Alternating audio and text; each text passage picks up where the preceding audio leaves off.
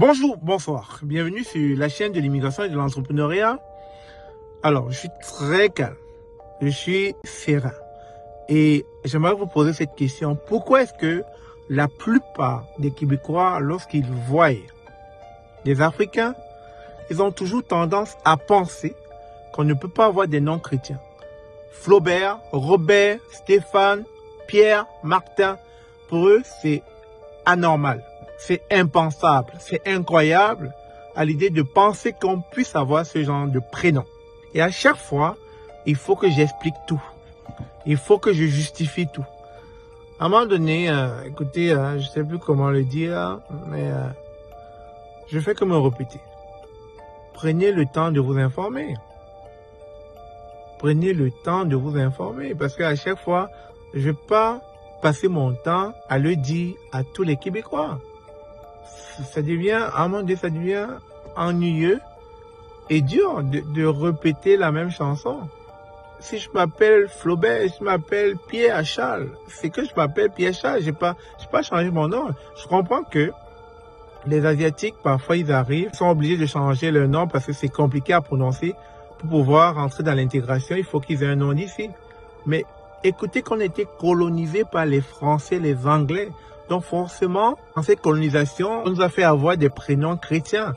Et dans ces prénoms chrétiens, vous savez, vous avez été longtemps assujettis par l'Église ici. Donc vous comprenez un peu ce que je veux dire par les prénoms chrétiens. Vous allez voir Anne, vous allez voir Marie, vous allez voir Joseph, etc., etc.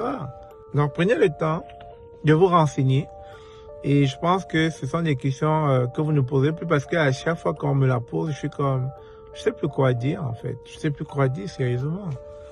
Pourquoi pensez-vous que je peux pas avoir un prénom chrétien si je viens d'un pays qui a été colonisé par la France et l'Angleterre? Si vous prenez le temps de regarder l'histoire, vous allez vous rendre compte.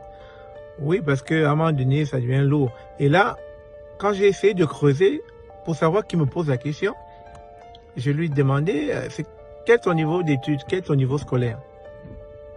Il m'a fait comprendre qu'il a un DEP. Alors, il dit, oh, ok, je comprends. Mais après, là, je ne le juge pas du fait que son niveau scolaire s'est arrêté au DEP. Mais quand il m'a dit DEP, j'ai vite compris. J'ai vite compris que, bon, ben, c'est correct. Il n'a pas poussé loin. Mais de toutes les façons, en Amérique du Nord, la beauté dans ce pays, on n'a pas besoin de faire de longues études pour gagner sa vie. Avec son DEP, j'ai cru entendre qu'il gagnerait plus de 150 000 années dans la construction. Comme quoi, je peux comprendre à la fin de la journée, ce qui est plus important, c'est l'argent. Donc, il peut ne pas savoir d'où je viens, comment je m'appelle, c'est pas le plus important.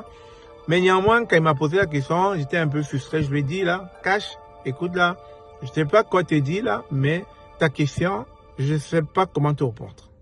C'est mon prénom, c'est le nom qu'on m'a donné dans mon pays. Je suis pas venu au Canada avant de l'avoir ce nom-là, ce prénom-là. Donc, après, j'ai dû lui faire quasiment toute une école. Il a compris et je lui ai fait comprendre que partage la bonne nouvelle. Et puis après, j'espère que d'autres personnes n'auront plus à poser ce genre de questions parce que tout simplement, je leur ai fait comprendre l'historique des prénoms africains. Parce que je peux comprendre aussi que dans certains pays, il n'y a pas de prénom chrétien. Et en général, vous allez vous rendre compte que ce sont des pays musulmans, comme le Sénégal, comme le Mali. Rarement, vous allez trouver peut-être les Édouards ou les Paul dans ces pays. Ils ont des noms propres à leur culture. C'est ça, merci encore d'avoir suivi cette vidéo. C'était juste un petit partage. Et j'aimerais vivement que les Québécois prennent le temps de s'informer, de se renseigner. Ça peut faire toute la différence. C'est la même chose quand on vient au Canada. On prend le temps de s'informer sur le pays d'accueil, la politique du pays d'accueil, pour ne pas faire des erreurs, etc. Donc, prenez le temps autour de vous informer. Vous allez vous rendre compte que la cohabitation est possible. C'est ça, merci encore. On se dit à très bientôt. Je vous aime.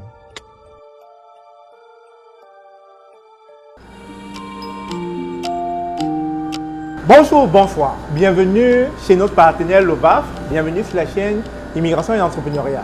Alors, vous savez qu'on a lancé la toute première formation Comment ouvrir une épicerie au Canada. Avec mon partenaire, on vous accompagne à lancer une épicerie comme celle-ci. Mais bien sûr, ça va demander que vous soyez concentré, que vous soyez assidu. Parce que vraiment, il y a des personnes qu'on accompagne qui n'ont pas le mindset entrepreneuriat et qui pensent que les choses vont se faire d'elles-mêmes. Non, non, non, non. Ça va vous demander beaucoup d'efforts. Et si c'est une formation qui vous intéresse, cliquez sur le lien dans la description de cette vidéo. Il nous fera plaisir de vous accompagner afin que vous puissiez avoir une épicerie comme celle-ci. À très bientôt.